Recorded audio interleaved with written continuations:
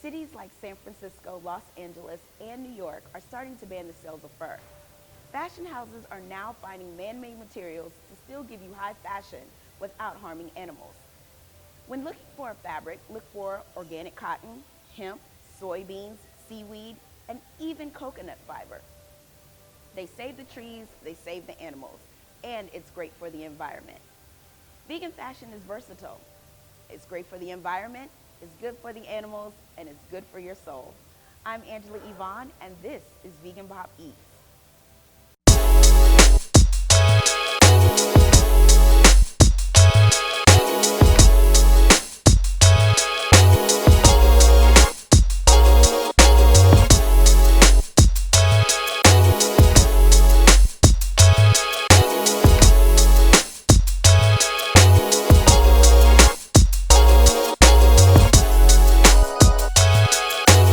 Here with Crystalyne Kae, CEO and head designer of Crystalyne Kae brand. How are you doing today? Hi, thank you for coming. I'm great. I'm excited to have you here. Thank you so much. I'm so excited to talk to you about this. So tell us a little bit about how your brand got started. It was rather unlikely. My training was in fashion design, but I got a little burnout on creating things on the level of women's dresses or in the corporate world for bomber jackets and huge companies, and I really started to make things on the side that I found fun and creative. And I was selling just my small designs, little purses, little clothing to different outdoor markets, and a man approached me and said he had a whole stash of a warehouse of vintage pant legs, of all things. Oh, wow. He could see I was making things out of vintage materials, and I thought, oh, that might be interesting. So I went to his warehouse of all this dead stock vintage, and it was dying. It was just this awesome, thick plaid material, and I thought it would be perfect to make some purses out of. So I made those, made about 50 of them between my mom, my intern, and myself, and sold them to stores around Seattle. I was based in Seattle at the time, San Francisco, and New York. And I got enough sales that I thought, I think I've started something here. We got something here. That was back in 2001. People liked them, but they were very floppy and maybe on the fragile side. They were just fabric, and so a lot of people said, well, could you make this out of leather, or could you make this with a zipper or adjustable strap? And I was a vegetarian at the time, and I had not really worked with leather, but growing up I had worked with a lot of faux leather, naugahyde, upholstery fabrics, helping my dad restore vintage muscle cars back in high school. He said if I helped him, he would let me have a car. So I got right on it. I kind of got that, somehow that two connect. Oh gosh, yeah, definitely. But I love doing the upholstery side of things. I like the heavy materials. I like the tactileness of it. I'm not a big fan of the fragile fabrics and the things that stretch. I really wanted something a little more rugged. And so I kind of circled back to some of the suppliers that we had worked with way back when. They were still around and had really made a lot of cool advancements that looked like leather but were machine washable and held up really well. And I thought, well, God, I would use this. This is great. This taps right into my textile background. So I made a new batch of ones with zippers and adjustable straps and in leather, and they took off. I got a great following from that. I got featured in InStyle magazine pretty early on alongside Stella McCartney, of all people. Wow. And that was a big deal. That really kind of helped put me on the map and gave me a little more credibility. I was in my early 20s, so they didn't take me that seriously as being a young designer, but that really made a big difference. So what made you want to be in the socially conscious realm, though? Because, fashion, there's the leathers and there's the furs and whatever else they come up with, but why this particular niche? Part of it was just a matter of finding vintage things. It was the thrill of the hunt. I knew probably somewhere in the back of my mind that was a socially responsible thing to do, but that wasn't really a word in the early 2000s. Right. People weren't really talking about that at the time. I just had grown up restoring vintage cars. My parents would buy old houses and fix them up. There's something to finding something old, making something new and cool out of it. That it was kind of a happy accident that I suddenly turned into almost this pioneer of reclaiming and upcycling materials into these new designs. What's funny is as time has evolved, and now that I've been in New York about 6 years, there's so many resources here. There's so many bigger designers using either real leather or faux leather or not vintage fabrics, but dead stock fabrics. They'll test fabrics out and see how the dye works out or see if the print is cool, and they'll throw it away when they're done with it. So I have access to those kinds of things. A lot of it's through a company called Fab Scrap, which you should check into, which I think we've talked about them before. Okay, okay. through them, or just with my own suppliers that I work with. They have scrap leftover materials that would wind up in a landfill. The handbag industry can be very wasteful, especially in the leather world. They'll use just the center of it and throw everything else away. So I found a very rare, precious commodity that was being wasted and could be incorporated into these other things. So you have 2 separate lines. Yeah. You have the socially conscious, and then you also have a vegan line. Yeah. So what is the distinct difference between that line and this line, and why did you feel like you had to go like cross all the way over? Oh, well, I wanted to make sure that I kind of had a value of options. Nothing is ever 100% sustainable. There's always going to be a trade-off. The vegan materials contain petroleum, not the greatest. Leather obviously contains an animal, not the greatest. The carbon footprint, a lot of it comes down to who's making it and how durable is it and how long does it last. So I think that's where the 2 brands really work, or the 2 lines work really well together, is at the end of the day, they're made here, they're made very strong, and they're lifetime guarantee. If anything goes wrong, I always repair them.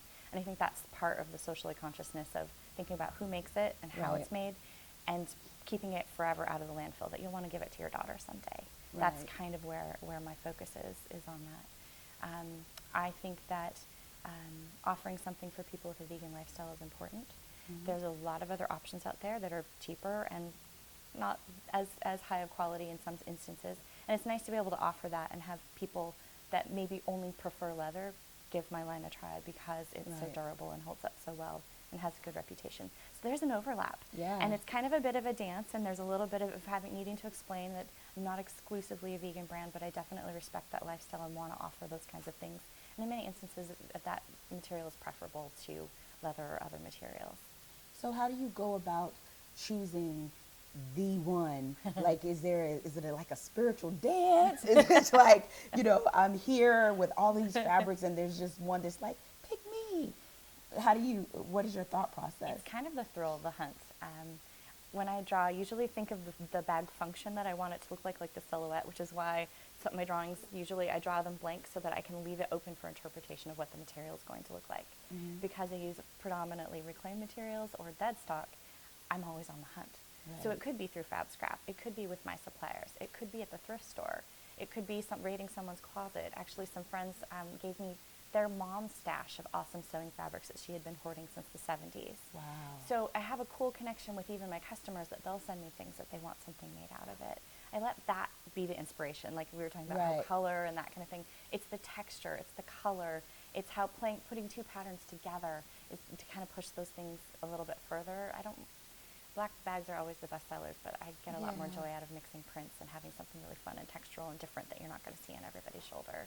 But how does it feel to be one of the, I won't say the OGs of socially conscious branding, but how does that feel when people are just like, let me give me a Crystalyne Kae bag?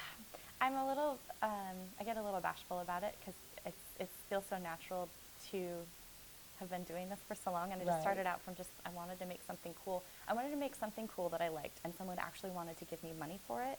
Oh my God. And that I could make enough to go out to dinner. That was a pretty, that's the fun part, is that I somehow, for the most part, can find the balance of running a business, but also be creative and be inspired with the materials. Absolutely. And as my business has grown, I've been able to hire people that I really love and admire, and it just makes the whole experience even more rewarding. When you hire someone, do they have to be socially conscious? Do they have to be vegan? Or do you prefer for it to be, on brand? Yeah, I think it would be ideal if someone, and honestly I kind of prefer that at that point, as someone that recognizes, because we're such a small workshop, that saving the scrap of everything. Don't cut out fabric shape right from the middle, save it. Recognizing just the cost as well as the value of things that are there, that I think that kind of needs to be there. The good thing is younger generations are very into that. Yes. And so it is something, they need to understand it, because whether you're helping me market or whether you're helping me make something, you need to have a foundation of an idea of sustainability. And again, people bring different things to the table of what makes something a sustainable or responsible option. But it is something that I do care about. They need to be passionate about it. They don't need to be bleeding heart. They don't need to be a vegan. I'm not a vegan, but it's definitely to have a consciousness of that and actually value that and bringing that to the table, whether you're designing or thinking of new ways. The girl that's working with me now, we've known each other for a good 5 years, and she just joined my team in August. we've been talking about how can we take a bigger step back now that she gets a better grasp of how I make things. How can we take a step back and think big picture? How do we make this found object, tiny parts, keeping track of all the little pieces and little scraps, turning it into something useful? How can we be more efficient so we're not wasting tons of our time? How can we keep the costs low? And just being nerds about having a system in place so it keeps the joy in the design and it doesn't turn into a logistical nightmare, because sometimes it can be, having to keep track of all those moving parts. I can only imagine. So what kind of fabrics do you use with the vegan brand? Because I know that there's hemp, there's organic cotton, there's soybeans, now there's coconut fiber. Yeah, mushrooms. There are a lot of options out there. I think we're still kind of in the beginning stages of being able to offer a whole lot of anything beyond organic cotton canvas. It has its trade-offs of water consumption, but it's good to be able to go that direction. Right. Doesn't hold up as well. Then there is, sorry, I'm just going to totally like lob all these pros and cons of all the layers. Mostly I would prefer to stick with, especially in the vegan realm, dead stock fabrics, because not only is it vegan, but it's also zero impact. It already exists. It's eventually going to be part of the waste stream if we don't do something about it. So it's cool velvets, it's vintage fabrics. There's a lot of leftover canvas and that kind of thing floating around. A lot of times there'll be designers that are going out of business and we can buy leftover supplies from there, sort of a thing. The glaze that I use, which is the vegan leather that is the predominantly what I'm best known for, it's a cotton poly. It's a cotton poly with polyurethane and PVC over the top. It's about 5% of that. But it's lead-free, phthalate-free, BPA-free, and that's a big difference. PVC can get a bad rap in that world, but I think the difference is that working with a manufacturer that's responsible and kind of owns their production process, and making sure that it passes things like Prop 65 in California and that kind of thing. But it's a trade-off because it still contains petroleum products. That's a tongue twister. I'm like, she said it twice. I would have been like, blah, blah, blah, blah, blah, blah, blah. You know that material that's good for the environment. But I would argue that because it lasts so long and it doesn't flake and peel and it's not going to wind up in a landfill, that's still a more responsible choice than some of the cheaper things. I really enjoy. I've played around with a little bit of the Pinatex, which is the pineapple fiber. It doesn't have the same luxurious hand of leather or that sort of shimmery kind of coating. I'm not fond of the texture of that nor of the mushroom because that's a little too spongy. They're also not really readily available on a production scale. They're close, but we're not there yet. So continuing to experiment with that, and also continuing to experiment with the hardware that's used in bags. A huge amount of impact that you can make, which people don't think about, is the hardware that's being used. Hardware involves a lot of zinc mining, and that's pretty corrosive. And keeping that in mind, so minimal hardware. How can we make something with less hardware? It's less weight, and then it also means less to ship, which is part of the carbon footprint as well, of the extra weight. And so there's a lot of layers to that of how I choose my materials. But at the end of the day, it needs to be durable and beautiful. Absolutely. Well, we're going to end off with that. That was so much information. I'm super excited that you were able to explain all of that. Yeah, because veganism is complex. And then when you know, like you said, there's different levels of that. There's different levels of veganism, and it's good to get that information out so people can just have the options. Crystalyne Kae showed us that you can be conscious and you can be fashionable. Love yourself and love our planet. I'm Angela Yvonne. This is Vegan Pop Eats, where meat is optional.